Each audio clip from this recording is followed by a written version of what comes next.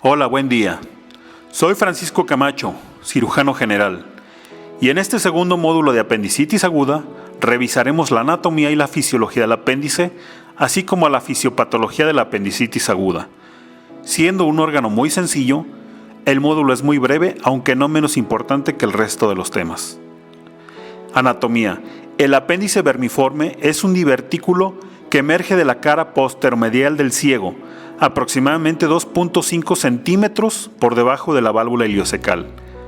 Este órgano mide en promedio 7 a 8 centímetros, con un rango que va desde el centímetro hasta los 20 centímetros.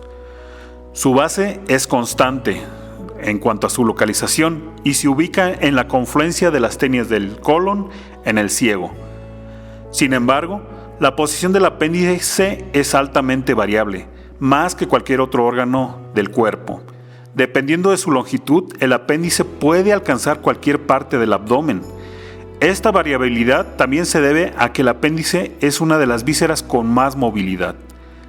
Las diferentes posiciones del apéndice son las siguientes. Retrocecal o retrocólica, si el apéndice se localiza detrás del colon, pudiendo alcanzar la porción inicial del colon ascendente. Recuerden, se encuentra atrás del colon. Pélvica, si el apéndice se localiza por debajo del colon, sobre el músculo psoas, con su punta sobrepasando el borde superior de la pelvis. Esta alcanza la pelvis. Posilial. La porción distal del apéndice se encuentra en una posición postero-superior del ilion terminal y dirigido al vaso. Se encuentra por detrás del ilion. Preilial. Con la punta del apéndice localizada en una posición antero-superior del ilion terminal y en dirección al vaso. Esta forma se encuentra adelantito del ilion terminal. Subcecal, si el apéndice se localiza debajo del ciego y descansa en la fosa ilíaca derecha, abajito del ciego. Paracecal, si el apéndice se localiza lateralmente al ciego y al colon ascendente. Esta forma se va por la corredera parietocólica entre el colon y la pared abdominal lateral. Y la posición ectópica, pues es aquella que no cumple ninguna de las posiciones que ya hemos mencionado. Dicha variabilidad en su posición provoca también que las manifestaciones clínicas en el caso de la apendicitis sean muy diferentes. No todas las apéndices son iguales. Así, por ejemplo, tenemos que un apéndice que se localice en posición pélvica puede alcanzar el uréter y la vejiga y produce síntomas urinarios más que nada, ¿no? Y de otra forma, si tenemos un apéndice retrocecal, puede producir una irritación del músculo psoas y causar dolor lumbar bajo y dolor a la extensión de la cadera.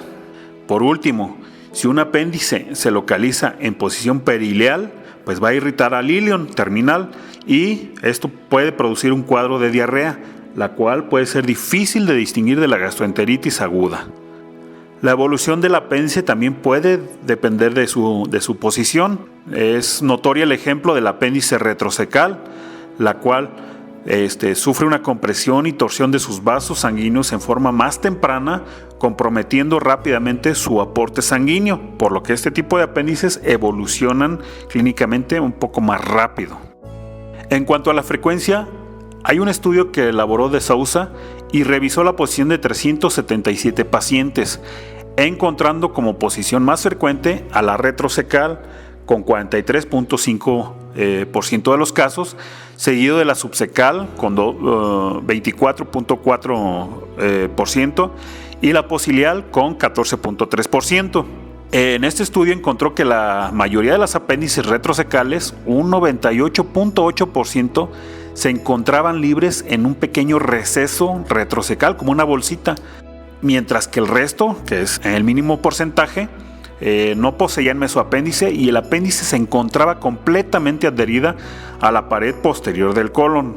Estos mismos autores realizaron una revisión de la literatura, aparte de su estudio, y encontraron en términos generales que el apéndice retrocecal era la posición más frecuente, seguida de la pélvica y de la subcecal en segundo y tercer lugar respectivamente. Sin embargo, pues cada estudio varió ampliamente en sus datos, porque pues había diferencias en su diseño, en su población y en la definición exacta de las posiciones apendiculares. Aquí tenemos que hacer un paréntesis para hablar sobre las pacientes embarazadas. Clásicamente se ha enseñado que la localización del apéndice migra en forma cefálica a medida que crece el útero. Es decir, este va creciendo durante el embarazo y va desplazando supuestamente al apéndice. Esta observación se vio por primera vez en 1932 por Baer y colaboradores. Si hubiera un cambio de posición, este podría ser relevante en la sintomatología de la paciente embarazada con apendicitis y también en su abordaje quirúrgico. Sin embargo, existe cierta controversia en esta afirmación según estudios actuales. Algunos han mencionado que un 82% de las embarazadas mantienen su apéndice en una posición anatómica normal, frente a un 18% que muestran una elevación en su posición. Sin embargo, el desplazamiento promedio es mínimo, de alrededor de 3 centímetros, con un rango de 1 a 4.5 centímetros. Incluso estudios que afirman que existe este desplazamiento hacia el tercer trimestre solo alcanzan una elevación de 2.5 centímetros, con un rango de menos 3 a 6.4 centímetros, lo cual también es poco. El desplazamiento hasta el hipocondrio derecho más bien sería como un fenómeno raro en estas pacientes. Continuando con la anatomía del apéndice, su aporte sanguíneo está dado por la arteria apendicular, la cual emerge de la arteria cecal posterior, una rama de la arteria ileocólica. La arteria apendicular pasa detrás del ilion terminal y alcanza el apéndice a través del mesenterio apendicular o mesoapéndice. Esta arteria es terminal y representa todo el aporte sanguíneo del apéndice. Por lo tanto, la infección del apéndice puede producir una trombosis de la arteria apendicular, lo cual conduce rápidamente a la gangrena y perforación de este órgano. Esto es muy diferente a la vesícula biliar, en donde puede haber una trombosis de la arteria cística, pero esta mantiene un cierto aporte sanguíneo colateral a través de vasos que provienen de la arteria hepática derecha, los cuales mandan sus ramas a la vesícula a través del lecho vesicular hepático. Fisiología. Históricamente se considera al apéndice como un remanente evolutivo con una función digestiva antigua consistente en el procesamiento de celulosa. Es lo que se ha visto, por ejemplo, en rumiantes. Sin embargo, en época más reciente se considera que el apéndice funciona como una casa de seguridad para la flora intestinal comensal. Desde este lugar, las bacterias comensales pueden ser reintroducidas al resto del colon, en casos de enfermedades, logrando así su repoblación. Por otro lado, también se considera que tiene una importante función inmunológica, aunque esta todavía no es muy clara. Lo que sí se ha visto es que se contribuye al desarrollo de las células B y T en los folículos del tejido linfoide. Para comprender o más o menos darnos una idea de la función inmune, tenemos que revisar la estructura histológica del apéndice. A nivel histológico, el apéndice consiste en una mucosa, una submucosa, una muscularis externa y una serosa. La mucosa consiste en un epitelio columnar sobre una lámina propia y una muscularis mucosae. En la lámina propia se pueden encontrar macrófagos y abundantes células plasmáticas productoras de IgA e IgG. Además, existen linfocitos intraepiteliales consistentes en células T reguladoras CD8. El epitelio localizado sobre los folículos linfoides, llamado epitelio domo, allí hay un número de linfocitos intraepiteliales que se incrementa notablemente. En el epitelio endomo hay transporte de antígenos desde el lumen y la presentación de los mismos, por lo que es una zona de estimulación inmune. Dentro de esta mucosa también existen criptas de Lieberkühn con células de Panetta al fondo, las cuales se encargan de producir péptidos antimicrobianos. Pasando a la submucosa hay tejido conectivo y ahí se localizan muchos folículos linfoides extendidos desde esta zona hasta la lámina propia, está invadido. Dentro de estos folículos, en la zona más cercana a la luz apendicular, la llamada zona manto, hay linfocitos densamente empaquetados, linfocitos B, y solamente algunos linfocitos T, son menos. Al centro está la zona germinal, donde hay macrófagos y centroblastos, además de células B proliferativas emergiendo por expansión monoclonal. Los centroblastos originan a los centrocitos, los cuales son activados por las células dendríticas foliculares y estimulan la producción de inmunoglobulinas y prolongan su vida. Mediante la interacción con células T, los centrocitos pueden diferenciarse en plasmablastos o células B de memoria. Entre el epitelio domo y los folículos linfoides está la zona de células mixtas, las cuales consisten en macrófagos y linfocitos B y T. Por otro lado, al fondo del folículo linfoide está el área de células T, con macrófagos y células T, con predominio de las células CD4 a comparación de las células CD8. Es de notar que el apéndice cuenta con una abundante cantidad de células natural killer, productoras de citocinas y quimiosinas tras su activación. Aparte, hay secreción de IgA de secreción, la cual ayuda en su función de casa de seguridad del apéndice, colaborando en la formación del biofilme, incrementando la adhesión de la flora intestinal aglutinada. Lo que hace esta IgA de secreción es de que aglutina las bacterias y la mucina a la capa mucosa, las adhiere ahí a la pared del apéndice y esto crea un ambiente promicrobiótico. La evidencia de un papel inmune proviene también de estudios epidemiológicos, los cuales muestran que puede haber un riesgo reducido de desarrollar colitis ulcerativa después de una apendicectomía, aunque sí también hay un incremento ligero en el riesgo de enfermedad de Crohn con la apendicectomía. También esta apendicectomía puede elevar el riesgo de desarrollar colitis ulcerativa por Clostridium difficile. Fisiopatología. Clásicamente se ha pensado que el evento primario de los pacientes con apendicitis agudas es la obstrucción luminal del apéndice.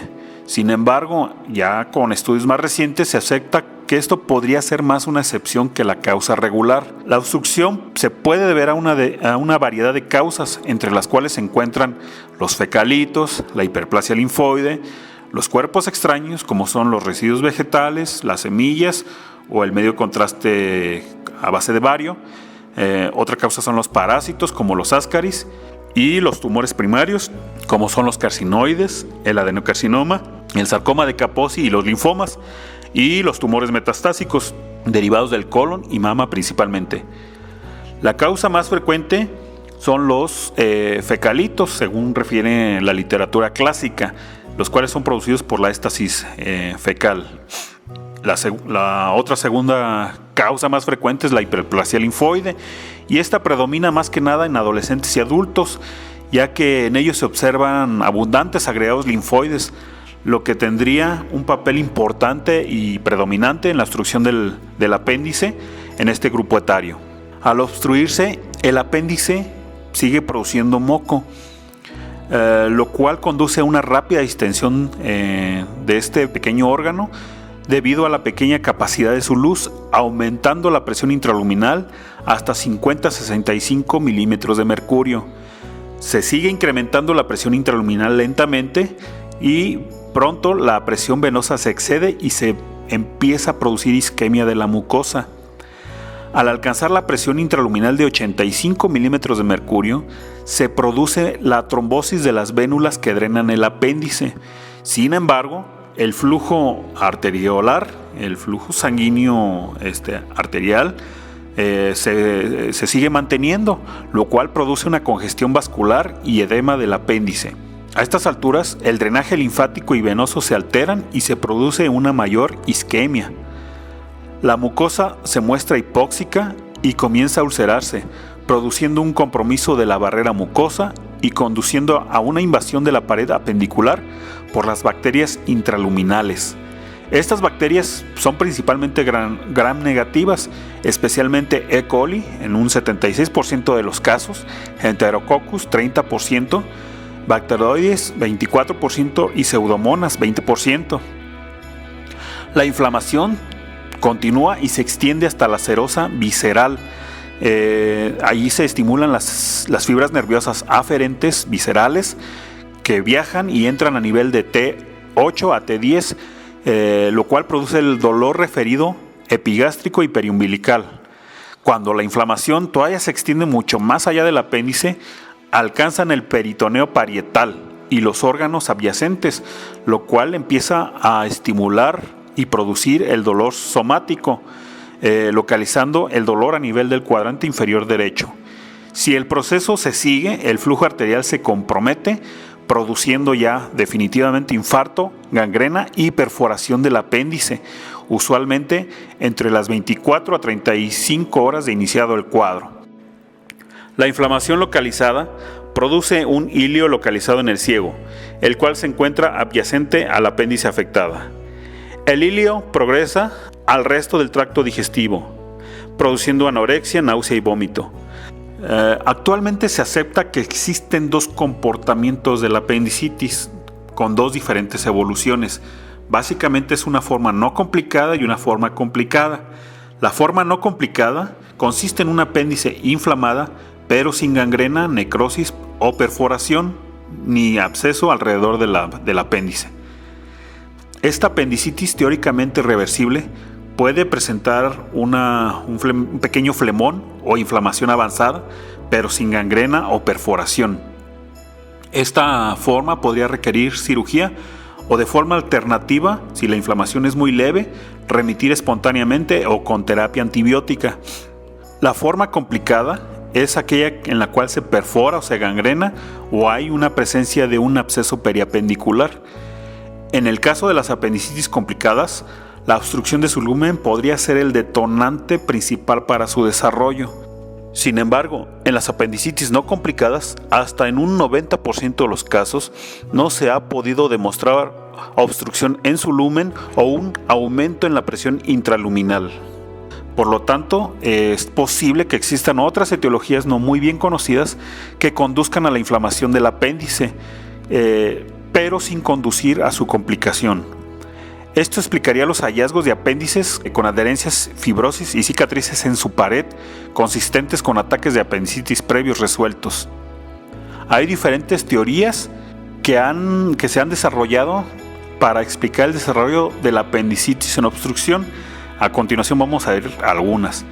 La teoría infecciosa se refiere a que podría deberse a una infección viral, el cuadro de apendicitis aguda, lo cual produce una ulceración mucosa seguida de la invasión bacteriana secundaria. Entre los agentes causales para esta teoría se mencionan a los enterovirus y podría explicar la observación de la presencia de apendicitis en grupos humanos que concuerdan en lugares y tiempos. También se ha observado un predominio de esta enfermedad en el verano, lo cual también apoya a la teoría infecciosa. La teoría de la higiene sostiene que los casos de apendicitis que acompañan a una industrialización elevada están asociados con mejoras en la higiene. Cuando la higiene mejora, los índices de infección en menores de edad disminuyen, reduciendo la inmunidad en la edad adulta. Si adelante aparece una infección, esta predispone al desarrollo de la apendicitis, dadas las pocas defensas que tiene el organismo frente a esa infección. La hipótesis de la dieta sostiene que el bajo consumo de fibra y alto en carbohidratos refinados podría predisponer a la apendicitis aguda, y esto podría explicar por qué la apendicitis es menos común en países en desarrollo que en países desarrollados.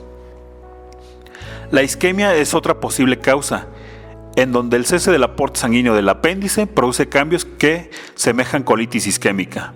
Se tapa la pequeña arteria y se tapa el apéndice y se desarrolla la apendicitis. Por otro lado está el trauma, la cual podría ser otra causa de apendicitis.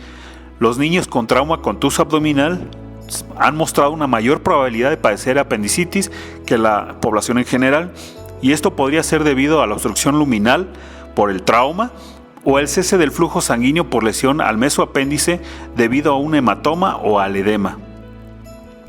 La apendicitis aguda podría tener un componente genético, debido a que existe una mayor posibilidad de experimentar apendicitis si existe el antecedente de uno o más miembros de la familia cercanos que la hayan padecido. Aunque ningún gen relacionado con el desarrollo de la apendicitis aguda se ha identificado, lo que sí se ha observado es que el riesgo de apendicitis es 3 veces más alto en integrantes de familias con una historia positiva para apendicitis que aquellas que no contienen este antecedente. Finalmente vienen los puntos clave. La posición más frecuente del apéndice es la retrocólica, seguida de la subcecal. No hay un cambio significativo en la localización del apéndice en la mayoría de las embarazadas. La arteria apendicular da la irrigación al apéndice, la cual deriva de la cecal posterior y a su vez de la iliocecal. Las principales bacterias invasoras son gram negativas, predominando E. coli, enterococos y bacteroides en ese orden. Una de las funciones del apéndice es la de servir de casa de seguridad. Otra función es la inmunitaria, debido al alto contenido de folículos linfoides y células inmunitarias en sus paredes. Las apendicitis se dividen en complicadas y no complicadas. Las apendicitis complicadas se relacionan con obstrucción de la luz apendicular y las apendicitis no complicadas podrían tener una variedad de factores causales. De esta forma damos fin al segundo módulo de apendicitis aguda y los invito a revisar los módulos restantes de apendicitis. Soy Francisco Camacho y nos vemos en el siguiente video.